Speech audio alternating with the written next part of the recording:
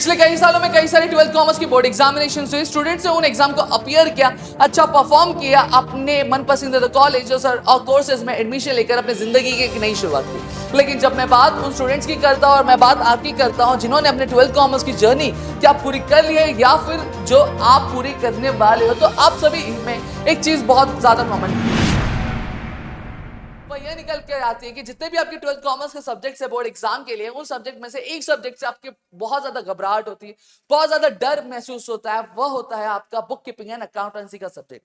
अब इस डर का, इस घबराहट का सबसे मेन रीजन ये निकल कर आता है कि एक जो मिथ मार्केट में फैला हुआ है वह यह है कि हमारे 12th कॉमर्स के सब्जेक्ट्स में जितने भी सब्जेक्ट्स है, उन सब्जेक्ट में से जो अकाउंटेंसी वाला जो पार्ट है वो बहुत ज्यादा टफ है, बहुत ज्यादा हार्ड है। आधे से ज्यादा जो स्टूडेंट्स होते हैं, मेजॉरिटी स्टूडेंट्स जो होते हैं, वो इस सब्जेक्ट से बहुत ज्यादा प्रॉब्लम क्या फेस करते हैं। लेकिन जब मैं रियलिटी चेक की बात करता हूं, अगर आप एक प्रॉपर प्लानिंग के साथ जाते हैं, प्रॉपर स्ट्रैटेजी के साथ जाते हैं, तो आपके लिए ये जो सब्जेक्ट है बहुत ज्यादा आसान है, थोड़ा भी मुश्किल नहीं है अगर आप चीजों को बहुत अच्छे तरीके से कवर करते हैं। तो अगर आप चाहते हो कि अब मैं मेरी जो लाइव सेशंस में स्टार्ट करूं, तो प्लीज इस वीडियो का जो टारगेट कमेंट है, टारगेट लाइक है, वो सिर्फ मैं 200 का दे रहा हूं, मैं ज्यादा नहीं दे रहा हूं। आप कंप्लीट जिस दिन कर दोगे उसके कुछ दिनों में ही हम जो है अकाउंटेंसी का भी एक लाइव सेशन चालू कर देंगे। अकाउंटेंसी की जो एक सीरीज है वो भी हम चालू कर देंगे, जिससे आपके 12th कॉमर्स की बोर्ड एग्जामिनेशन की जो प्रिपरेशन में एक चार चांद लग जाएंगे और चीजें आपके लिए हम आसान बनाकर देंगे। अब यहां पे अगर मैं बात करूं तो इस डर को, इस घबराहट को भगाने का सबसे पहला जो तरीका होता है वो यह होता है कि आप अपने बोर्ड एग्जामिनेशन के जो पेपर पैटर्न है उसको समझ लो। अनटिल एंड अनलेस आप पेपर पैटर्न को नहीं समझोगे, आपको पता नहीं रहेगा, आपको आइडिया नहीं रहेगा कि मेरी जो प्रिपरेशन में मुझे किन किन चीजों पे ज्यादा ध्यान देना चाहिए और मुझे किन चीजों पे ज्यादा ध्यान नहीं देना चाहिए। ठीक है, तो चलिए वीडियो की शुरुआत करते हैं और समझने की कोशिश करते हैं कि अकाउंटेंसी का जो एग्जामिनेशन होने वाला है उसमें हमें कौन सा जो टॉपिक है वो कितने मार्क्स देने आने वाला है, कौन सा टॉपिक हम स्किप कर सकते हैं, कौन सी चीजों पे हमें ज्यादा ध्यान देना चाहिए जिससे हम कम एफर्ट्स देकर भी हम ज्यादा मार्क्स का स्कोर कर सकते हैं। चलिए चीजों की शुरुआत करता हूं। तो यहाँ पे मैं बुक कीपिंग एंड अकाउंटेंसी का यहाँ पे पूरा मैं पेपर पैटर्न आपके लिए लेकर यहाँ पे मैं आ चुका हूं। अब यहाँ पे अगर मैं बात करूं दोस्तों, तो मैं यहाँ पे फटाफट से आपके लिए जो है चीजें मैं आपको क्लियर कर देता हूं। सबसे पहली चीज अगर मैं बात करूं तो मैं एबीटी की चीजें क्लियर कर देता हूं। अब एबीटी की अगर मैं बात करूं तो जनरली आपके बोर्ड एग्जामिनेशन में अगर मैं बात करूं तो आपका जो पेपर होता है वो 100 मार्क्स का होता है, लेकिन उसको स्प्लिट कर दिया जाए दो पार्ट में, एक होता है 20 और एक आपका 80 के पार्ट में। सबसे पहले 20 वाली चीज मैं आपको यहाँ पे क्लियर कर दूं।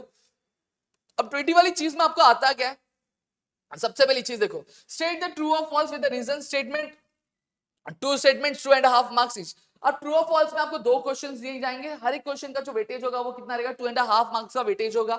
एक टोटल कितने मार्क्स के लिए आएगा, 5 मार्क्स के लिए आपको पूछा जाएगा। Select the correct option and rewrite the sentence, 5 marks के लिए आपको आएगा, एमसीक्यू बेस्ड है।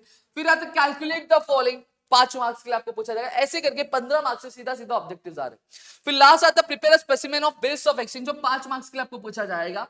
इसकी अगर प्रिपरेशन कर लेते हो तो मैं आपको बता दूं आपकी बोर्ड एग्जामिनेशन में आपके 20 मार्क्स फिक्स हो जाते हैं।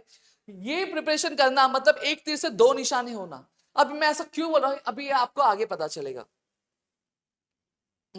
अब यहां भी चीजों देखो, अब यहां पे जब मैं 80 मार्क्स की चीजों के बारे में बात करता हूं तो यहां पे चीजें कुछ हमारे सामने ये कुछ इस तरीके से चल कर आ जाती है। सबसे पहले एक चीज देखो, अगर अगर आप एक ऐसे बंदे हो जिसको अकाउंटेंसी से बहुत ज्यादा घबराहट हो रही है, बहुत ज्यादा डर महसूस हो रहा है, तो आपके लिए एक रामबाण इलाज मैं यहां पे आपको बता रहा हूं। देखो सबसे पहली चीज है, आप पास होना बहुत बड़ी बात नहीं, आप पास बहुत आराम से हो जाओगे, बहुत अच्छे से चीजों को क्या कवर कर लोगे। जैसे फॉर एन एग्जांपल अगर मैं बात करूं, 20 मार्क्स का आपका एबीटी, आप उसकी प्रिपरेशन करो, 20 मार्क्स आपको वहां पे मिल जाएंगे। ठीक है, अब यहाँ पे 20 मार्क्स अगर मैं बात करूं तो आप सीधा सीधा देख रहे हो कि यहाँ पे 20 मार्क्स जो है वो डायरेक्टली आपके ऑब्जेक्टिव क्वेश्चन की, जिनमें इस तरह के क्वेश्चन आपको पूछे जा सकते हैं। पहला आता है एमसीक्यू, जो आप एबीटी के लिए बट ऑब्वियसली बात प्रिपेयर करने वाले हो, तो यहाँ पे भी आपका वो प्रिपरेशन हो जाएगा। दूसरा आता है गिव वन वर्ड फ्रेज और टर्म, यहाँ पे वन वर्ड या फिर फ्रेज या फिर टर्म बोला गया, ये आपको 5 मार्क्स के लिए पूछा जा सकता है। फिर स्टेट ट्रू और false with reason, but obviously बात है मेरा भाई कि आप अपने एबीटी के लिए इस चीज की भी प्रिपरेशन करने वाले, तो 2.5 मार्क्स तो यहाँ सॉरी 2.5 मार्क्स का एक क्वेश्चन आएगा, टोटल 5 मार्क्स आपके यहाँ पे फिल हो जाते हैं। फाइंड द ऑड वन आ रहा है, कंप्लीट द सेंटेंस आ रहा है, answer in one sentence only आ रहा है, डू यू एग्री और disagree with the following statement, calculate the following, give specimen of bills of exchange और complete the following table। अब ये पूरा अगर आप करते हो तो आपके 20 मार्क्स वहीं पे प्रिपेयर हो जा रहे हैं। तो सिर्फ अगर आप थ्योरेटिकल पार्ट पे फोकस करके आप प्रैक्टिकल क्वेश्चंस पे नहीं भी जाते हो, स्टिल यू स्कोर 40 मार्क्स। अगर आप 40 मार्क्स अगर स्कोर करते हो, आप क्या अगर नहीं सॉरी 40 मार्क्स स्कोर करते ही हो आप, ठीक है, अपने बोर्ड एग्जाम में पास होने का कोई दिक्कत नहीं। अब क्वेश्चन नंबर 2 जो कि आपके आता है 10 मार्क्स के लिए आता है। ठीक है, अब इसमें क्वेश्चंस क्या दिए, admission of partner, retirement of partner, dissolution of partnership form और बिल्स ऑफ एक्सचेंज दिया हुआ है। ठीक है, अब इन चारों में से आपको कोई दो क्वेश्चन पूछा जाएगा ऑप्शन में। अब सेम चीज यहां पे भी रिपीट हो रही है, सेम क्वेश्चन 10 मार्क्स के लिए आपको पूछा गया। अब बहुत सारे हमारे जो दोस्त होते हैं बहुत ज्यादा घबराते हैं कि सर क्या चीजें करनी चाहिए, 4 क्वेश्चन है, चारों क्वेश्चन अब हमें प्रिपेयर करने की जरूरत है नहीं। अब सबसे पहले पिछले कई सारे जो बोर्ड एग्जाम्स हुए उनमें क्या देखा गया, उनमें ये देखा गया कि जो एडमिशन ऑफ पार्टनर और जो रिटायरमेंट ऑफ पार्टनर, ये दोनों ही हमेशा हमें ऑप्शन में देखने मिले हैं।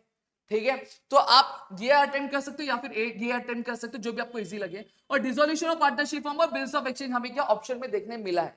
अब लेकिन सर अगर चीजें बदल गई तो, क्योंकि पैटर्न में तो ये लिखा हुआ है, ये बोर्ड की सर्कुलर जो है बोर्ड के द्वारा रिलीज किया गया जो आपका इवैल्यूएशन पीडीएफ है, उसमें तो ये लिखा है कि ये चारों में से कोई भी दो पूछे जा सकते हैं जो एक दूसरे के ऑप्शन में हो सकते हैं। तो चलो यहाँ पे मैं प्रोबेबिलिटी की भी बात कर लेता हूँ। क्वेश्चन कितने, टोटल 4 क्वेश्चन है। अब 4 में से आपको अटेम्प्ट कितने करने हैं, ठीक है, कोई भी 2 अटेम्प्ट करने। अब यहाँ पे मान कर लेता हूँ मैं चारों क्वेश्चन की आपको प्रिपरेशन करने के लिए नहीं बोलता हूँ, उसमें से आप कोई भी 3 क्वेश्चन प्रिपेयर कर लो। देखो एक सबसे इजी जो आएगा आपको बिल्स ऑफ एक्सचेंज आ सकता है, डिसोल्यूशन ऑफ पार्टनरशिप फॉर्म भी बहुत ज्यादा इजी है, और रिटायरमेंट ऑफ पार्टनर भी बहुत ज्यादा इजी है। एक्चुअली एडमिशन भी इजी है, लेकिन एडमिशन में आप कहीं ना कहीं गुडविल वाले चीजों में थोड़ा सा अटकते जाते हो।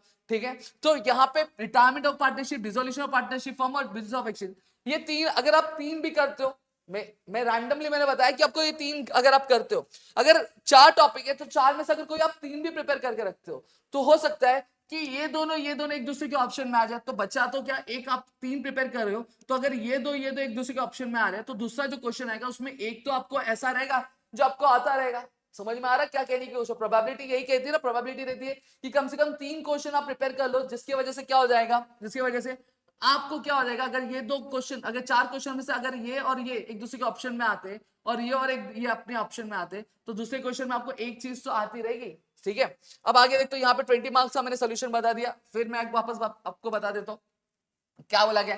देखो एडमिशन ऑफ पार्टनर है, सॉरी, ये for example admission of partner, retirement of partner एक ऑप्शन में आ गया। ठीक है, और फॉर एग्जांपल आपने रिटायरमेंट ऑफ पार्टनर क्या किया हुआ है, प्रिपेयर किया हुआ है।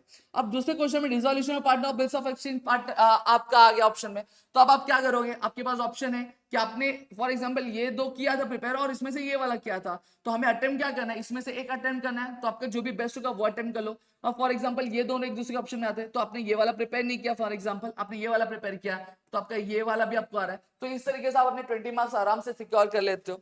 फिर दूसरी चीज यहाँ पे अगर मैं बात करूं तो अब आता क्या है, अब आता है आपका solve any one of from the following, same pattern, same चीज, सेम स्ट्रेटेजी अप्लाई करनी है। देखो अब यहाँ पे क्या दिया है, डेथ ऑफ पार्टनर और रेशियो ऑफ शेयर्स दिया हुआ है। ठीक है, और एनालिसिस ऑफ फाइनेंशियल स्टेटमेंट और कंप्यूटर अकाउंटिंग यहाँ पे हमें दी हुई है।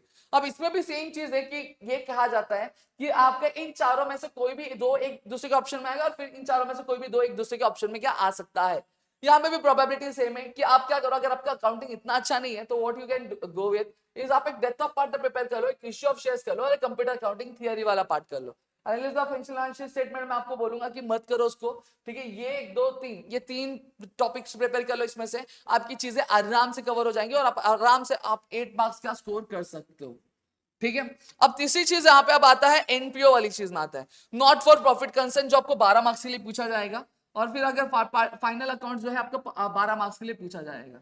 ठीक है, अगर आपको पार्टनरशिप फाइनल अकाउंट्स आता है तो बट ऑब्वियसली बात है एनपीओ में कुछ माइनर चेंजेस है, कुछ माइनर चीजें थोड़ी सी अलग देखने मिलती है। अगर आपको फाइनल अकाउंट्स अच्छे से आता है तो एनपीओ आपका आराम से हो जाएगा।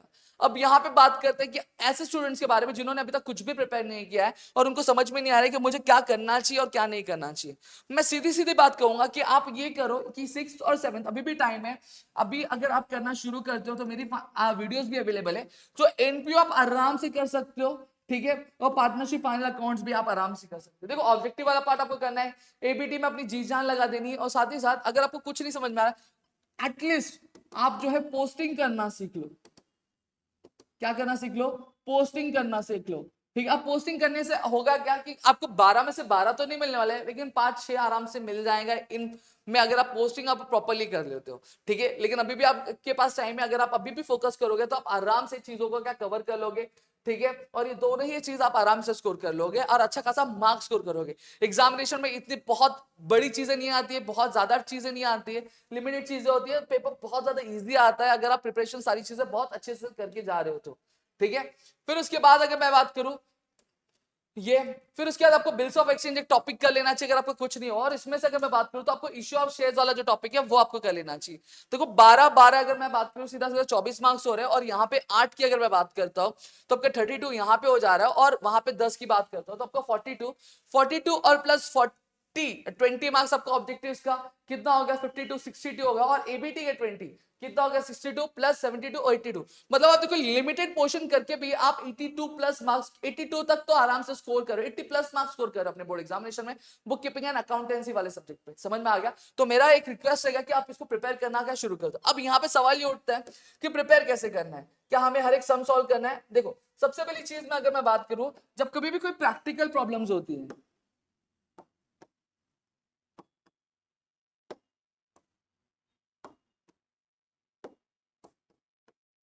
ठीक है, जो भी प्रैक्टिकल क्वेश्चंस होते हैं उनमें क्या होता है, आप अगर एक इवैल्यूएशन करोगे तो आपको क्वेश्चन के क्या ना टाइप्स होते हैं, ठीक है, हर एक क्वेश्चन के क्या टाइप होते हैं। जैसे एडमिशन ऑफ पार्टनर है तो एडमिशन ऑफ पार्टनर में कुछ टाइप ऑफ सम्स रहेंगे, तो उन टाइप्स ऑफ सम को क्या करना है आपको इवैल्यूएट करना। अगर आप चाहते हो कि मैं इस पे एक वीडियो बनाऊं कि हमें कौन से सम अभी क्या करनी चाहिए, प्रैक्टिस करनी चाहिए हमारे बोर्ड एग्जाम के लिए प्रिपरेशन के लिए, जब हमारे पास टाइम कम है, तो मैं आपके लिए उसके ऊपर भी वीडियो बना करके मैं लेकर आ जाऊंगा, जहां पे फॉर एग्जांपल किसी भी क्वेश्चन में किसी भी चैप्टर में 4 से 5 टाइप के ही सम रहेंगे, उससे ज्यादा टाइप के सम निकलने वाले ही नहीं है। तो आप क्या करो, उन पर्टिकुलर टाइप के सम को आप क्या कर लो, क्लियर कर लो कि उनको सॉल्व कैसे करना है, ठीक है, पहले वो करो, फिर वो करने के बाद आप क्या जाओ, फिर एक्स्ट्रा प्रैक्टिस के लिए जाओ।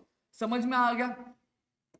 फिर उन्हीं टाइप के क्वेश्चंस के दूसरे क्वेश्चंस आपको क्या करना है, सॉल्व करने की क्या कोशिश करनी है।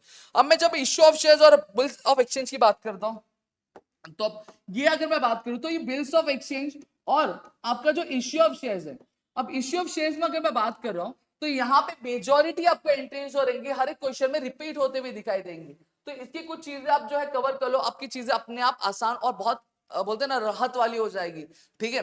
तो issue of share, bills of exchange और इश्यू ऑफ शेयर्स अगर आप चीजें ये कवर कर लेते हो तो चीजें आप बहुत आराम तरीके से बहुत अच्छी तरीके से क्या कर लोगे, क्योंकि यहाँ पे जो मेजरली जर्नल एंट्रीज होती है, और इन जर्नल एंट्री, ये जो जर्नल एंट्रीज होती है वो बार बार रिपीट होती है हर एक क्वेश्चन में, ठीक है। तो मैं अभी रिक्वेस्ट करूंगा आपसे कि सबसे पहले आप बिल्स ऑफ एक्सचेंज और इश्यू ऑफ शेयर्स कर लो, फिर उसके बाद फाइनल अकाउंट्स की पोस्टिंग और एनपीओ की पोस्टिंग सीख लो, इसके एडजस्टमेंट भी आप थोड़ा सा ध्यान दे दोगे तो हो जाएगा। हाँ, लेकिन अगर आप चाहते हो कि ये चीजें मैं आपके लिए कवर करा के दूं तो प्लीज मुझे कमेंट सेक्शन में कमेंट करके जो टारगेट चीजें दी है वो मुझे करके बता देना। उसके दूसरे दिन से ही मेरी जो सीरीज होगी या फिर जो लाइव सेशंस होंगे जिसके लिए भी आप वोट ज्यादा करोगे वो मैं लेकर आपके लिए हाजिर हो जाऊंगा। ऑलरेडी मेरी इकोनॉमिक की और ओशियम की सीरीज चालू है और एसपी की भी सीरीज में चालू करने वाला, ठीक है। आई होप आपको चीजें यहाँ पे क्लियर हो गई होंगे, फिर भी और भी मन में कुछ डाउट है तो प्लीज मुझे कमेंट सेक्शन में कमेंट करके जरूर बता देना। मिलेंगे हमारे अगली वीडियो में, तब तक के लिए घर पे रहो सुरक्षित, अपना ध्यान रखना दोस्तों। जय हिंद।